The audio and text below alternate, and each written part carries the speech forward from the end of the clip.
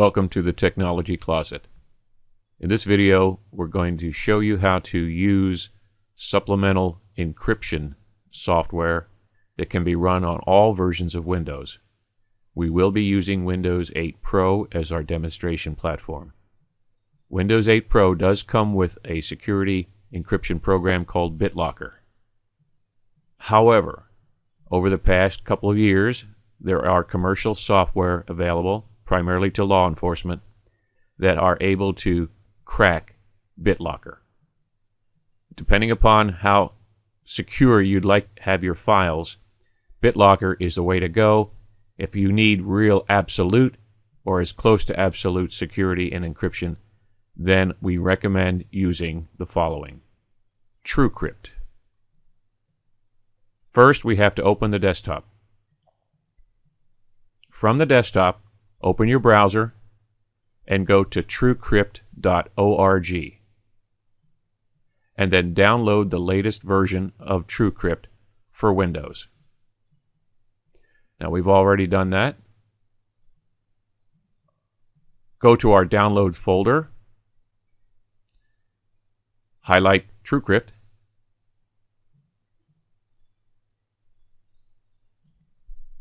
highlight Truecrypt, right mouse click, and run as administrator from the menu. We get the user account control. Click yes. Accept the license terms. Select next. Let me close this background screen. This is the Truecrypt installation. We're going to install it on our computer only as files. We have not encrypted anything at this point. Next. Here's the location where the Truecrypt files will be added.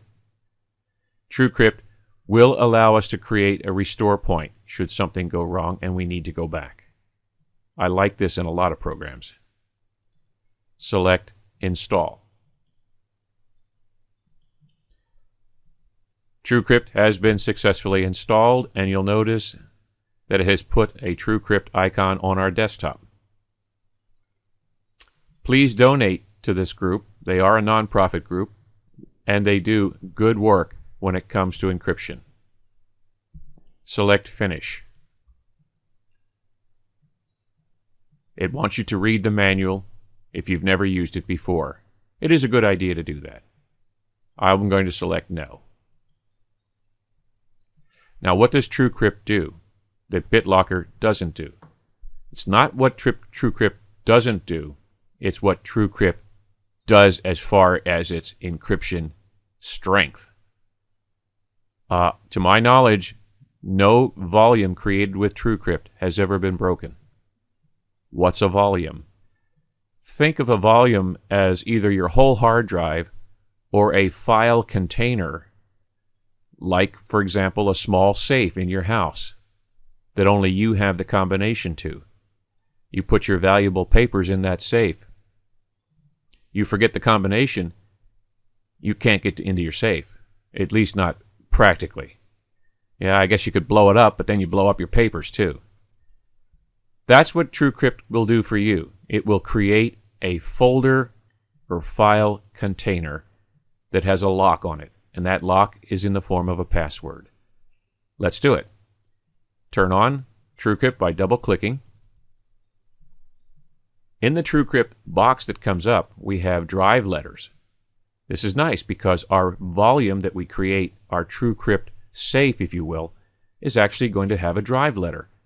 Once we activate it, we can simply drag and drop files in and out of that drive. First, we have to do is select the drive letter, and I like to use letter Z. Next, we have to create the volume, since we don't have one. The volume is the safe. Create an encrypted file container. That's our safe. We're not going to choose anything else. We're going to select that default. Select Next. We're going to use a standard Truecrypt volume. Select Next. Select a file. If we go into our file manager, if you will, we can select a file. But there's no file created, so we have to create one. So let's cancel. And let's put a file name in here. We're going to call it Vault.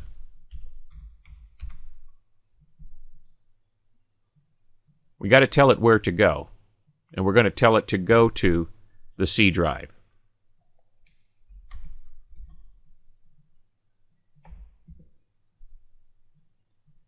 Next. It's going to ask us what type of encryption do we want to use. AES is the standard encryption. To my knowledge, it has not been broken. The hash algorithm sounds a fancy name, but basically it's a way of salting the password and the encryption in the folder itself.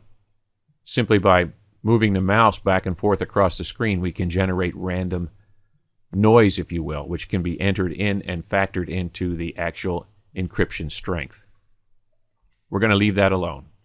Select Next. The size we want to choose. In this case, we're going to go with a small one.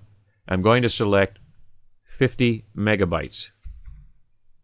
You can go as much as you have hard drive space. We're going to stay small. Select Next.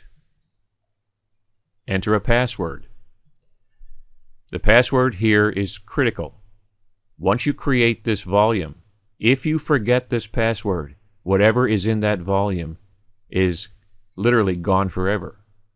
Neither you or, as I know today, the federal government, with all their computers, can get into that vault. So pick a password that you will remember. Try to make the password at least 12 characters. We're going to put a password in.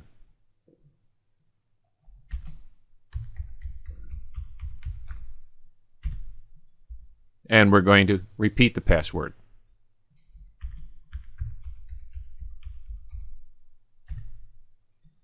We're not going to use a key file, and we're not going to display the password. Why? Well, if we're in an office setting and we display the password, yes, we can see it to know whether we made a mistake or not, but so can someone watching over our shoulder. I guess it depends on your degree of paranoia. Select Next. This is telling us that the password we put in is too short. They like to see at least 20 characters. Well, believe you me, if you have anywhere from 8 characters and up, as long as they are random characters, no one's going to break your password.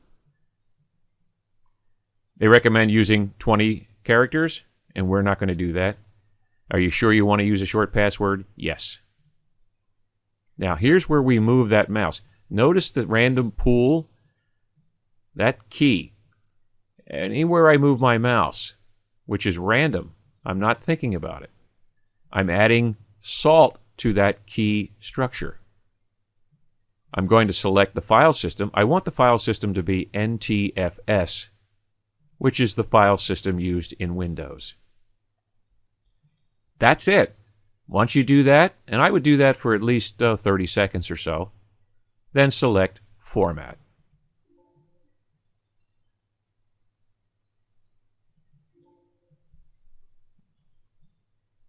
Now the format begins. We do get a user account control. Select Yes. And the format has been completed.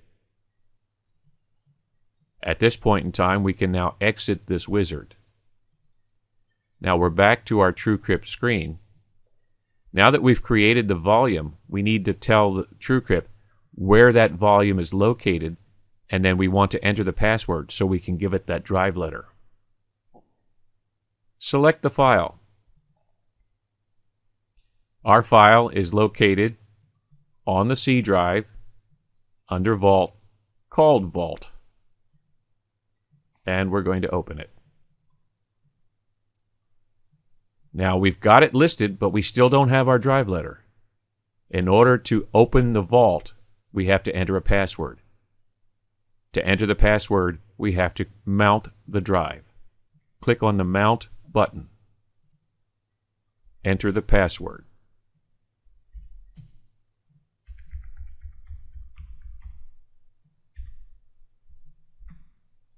Once we have entered the proper password, we now have a drive letter. Let's see if we do have a drive letter. We're going to open up our computer icon. And we have Z with 50 megabytes of space. I can now right mouse click on that drive letter and treat it like any other drive letter. I'm going to create a shortcut. Close down this screen, and there's our drive letter. I can open it by double-clicking, just like any other drive, except this one's empty. But I can go to my documents, select, in this case, miscellaneous folder, right mouse click on it, copy, close it, put my mouse over the drive letter Z, right mouse click, and paste. Now I should be able to put that miscellaneous folder in the drive. Open up the drive, and there's miscellaneous folder with all of the important files we have. That's how you create a Truecrypt file vault. Now let's unmount the drive. We're done. You can either turn off your computer at this point, or you can go back into Truecrypt. We have it listed there. We can now dismount. Close down Truecrypt. We have the disk still up on our screen. Let's double click on it. Nothing happens. That's because we have dismounted the drive. We no longer have connected. We have the icon that says it's there, but we no longer have access to it. That's Truecrypt. That's your file vault. Make it as big or as small as you like. Put your important papers and documents, electronic documents in there. But remember, you forget the password, you forgot your problem. You no longer have a vault. You just have a file that you need to delete. Well, that's it for the technologycloset.com. Please visit that website and subscribe to our YouTube channel. Until next time.